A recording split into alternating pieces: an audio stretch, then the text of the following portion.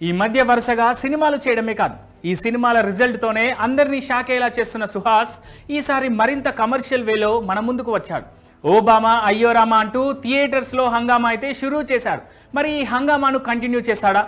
ఈసారైనా మంచి హిట్ కొడతాడా? తెలియాలంటే ఈ రివ్యూ చూసేయండి.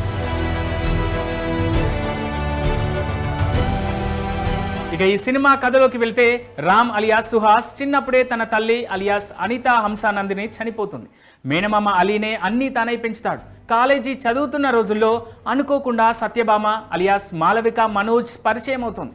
సత్యభామ బడా వ్యాపారవేత్త పృథ్వీరాజ్ ఏకైక కుమార్తె. ఆమెకు ఎవరైనా నచ్చితే వారి కోసం ఏదైనా చేసేస్తుంది.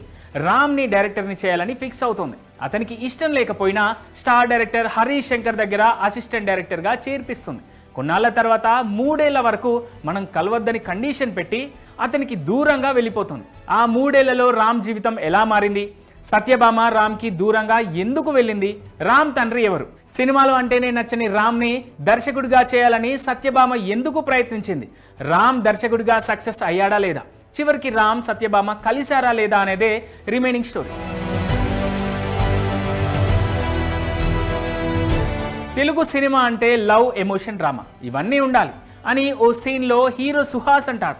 ఆ డైలాగ్కు తగ్గట్టే ఓబామా అయ్యో రామా సినిమా కథ కూడా ఉంది. అయితే వాటిని సరిగా వాడుకోవడంలోనే దర్శకుడు కాస్త తడబడ్డాడు. ఓ యూత్ఫుల్ లవ్ స్టోరీకి మదర్ సెంటిమెంట్ని యాడ్ చేసి ఫన్ వేలో కథనాన్ని నడిపించారు. కథగా చూస్తే ఇందులో కొత్తదనం ఏమీ ఉండదు. లవ్ స్టోరీ రొటీన్గానే ఉన్నా ఎంటర్టైనింగ్గా సాగుతుంది. ఇక ఫ్లాష్ బ్యాక్లో వచ్చే ఎమోషనల్ సన్నివేశాలు మాత్రం హృదయాలను హత్తుకుంటాయి. హీరో తల్లి చనిపోయే ఎమోషనల్ సీన్తో ఈ సినిమా కథ ప్రారంభం అవుతుంది. హీరో హీరోయిన్ల పరిచయ సన్నివేశం కాస్త కొత్తగా ఉంటుంది. హీరో హీరోయిన్లు కలిసిన తర్వాత కథనం ఫుల్ ఎంటర్టైనింగ్గా సాగుతుంది. హీరో ఎక్కడ ఉంటే అక్కడికి హీరోయిన్ వెళ్ళడం, బయటకు తీసుకెళ్లి కథ చెబుతూ విసిగించడం మొదట్లో బాగున్నా ప్రతిసారి అలాంటి సీన్లే రిపీట్ కావడం కాస్త బోరింగ్గా అనిపిస్తుంది చూసే ఆడియన్స్.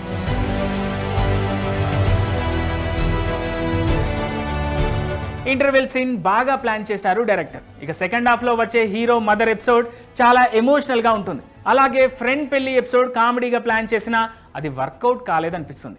ఫస్ట్ హాఫ్లో హీరోయిన్ చేసే అల్లరి పనులన్నింటికి సెకండ్ హాఫ్లో మంచి జస్టిఫికేషన్ ఉంటుంది. ఇక క్లైమాక్స్లో వచ్చే ట్విస్ట్ ఆకట్టుకుంటుంది.